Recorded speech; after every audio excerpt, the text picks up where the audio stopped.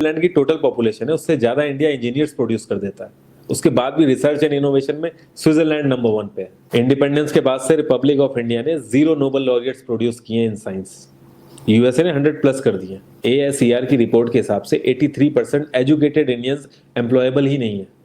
और ये जो सुंदर पिचाई, सत्या नदेला की हम बात करते हैं, इन्होंने भी आगे चल के अपनी एजुकेशन बाहर से ही करी है। और ये सारी चीजें जो मैं बोल रहा हूँ ना, इसका रूट कॉज फाइंड आउट करने के लिए हमें थोड़ा सा पीछे जाना पड़ेगा। जब ब्रिटिशर्स हम पे रूल कर रहे थे तो ईस्ट इंडिया कंपनी के सामने 2 मेजर चैलेंजेस थे।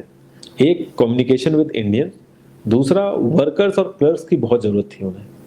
फिर थॉमस बेविंगटन मैकॉय ने हमें इंग्लिश एजुकेशन एक्ट ऑफ 1835 दिया, जिससे उनके दोनों पर्पस पूरे हुए। पहला, उनको बंदे चाहिए थे जो चुपचाप डेस्क पे बैठे, अपना काम करें, क्वेश्चंस ना करें और ज्यादा क्रिएटिव ना हो। Second, communication in English.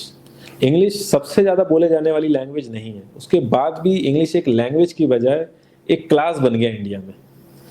Russia, China, France, ये सब जगह इतना ऑब्सेशन नहीं है इंग्लिश को लेके जितना इंडिया में है। पुअर कम्युनिकेशन बोला जाता है अगर आपकी इंग्लिश अच्छी नहीं है, जबकि इंग्लिश ना आने का मतलब है कि आपको कोई और लैंग्वेज आती है। 5 साल पुराना iOS भी आज की डेट में आउटडेटेड माना जाता है।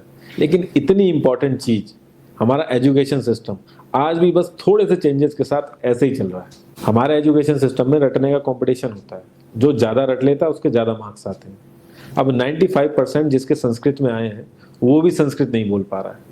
और बेसिक हिस्ट्री होने की बजाय इतनी मोटी मोटी किताबें हैं हिस्ट्री की जिसका कोई मतलब नहीं है।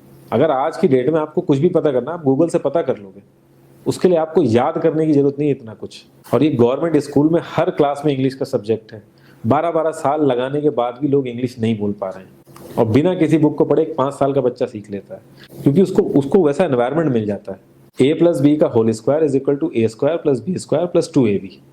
इसका रियल लाइफ में क्या यूज है किसी को नहीं पता, न प्रिंसिपल, न टीचर, न बच्चे, बस पढ़ाए चले जा रहे हैं। हो सकता है इसका कुछ मतलब हो, लेकिन आप ट्राई करके देख लेना, किसी को नहीं पता।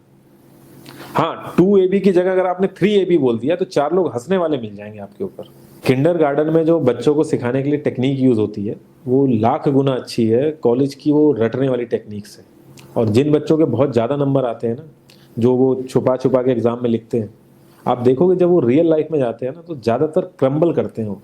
हर किसी को सेम सिलेबस और सेम चीज सिखाई जाती है बिना उसकी कैपेबिलिटी देखे। और क्रिएटिविटी का तो दूर दूर तक मतलब नहीं होता।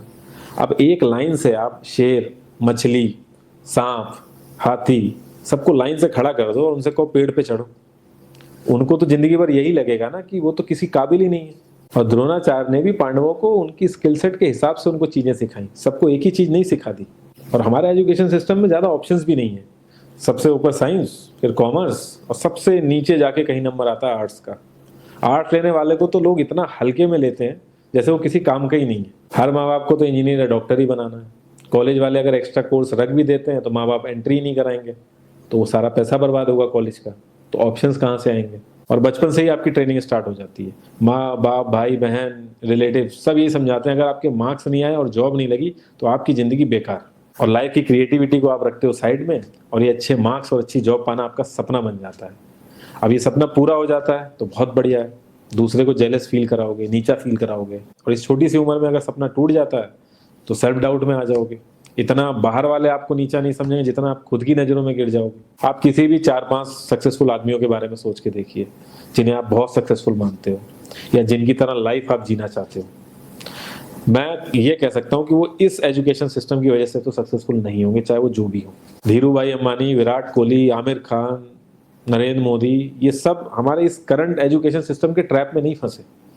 इन्होंने खुद सीखा, खुद एजुकेट हुए और खुद आगे बढ़े। किसी कंपनी के सीईओ को अगर ये कहा जाए कि आप अपनी कंपनी के सारे डिपार्टमेंट में इंटरव्यू दीजिए, तो कोई गारंटी नहीं है कि वो सारे डिपार्टमेंट के इंटरव्यू निकाल लेगा।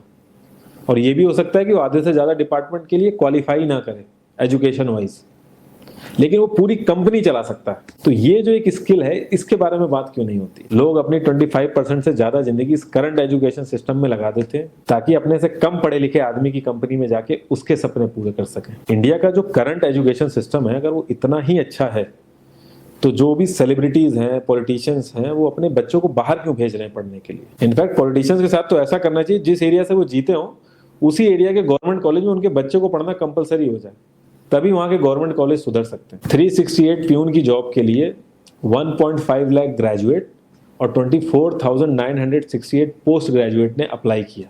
मैं आईएएस पीसीएस की तो बात नहीं करता हूँ, वो तो एक पैशन की बात होती है, लेकिन कुछ लोग 5-5 6-6 साल से तैयारी कर रहे हैं कि कोई भी गवर्नमेंट जॉब मिल जाए उन्हें।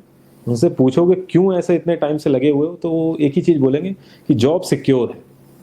मतलब आप काम नहीं भी करोगे तो आपको निकाला नहीं जाएगा।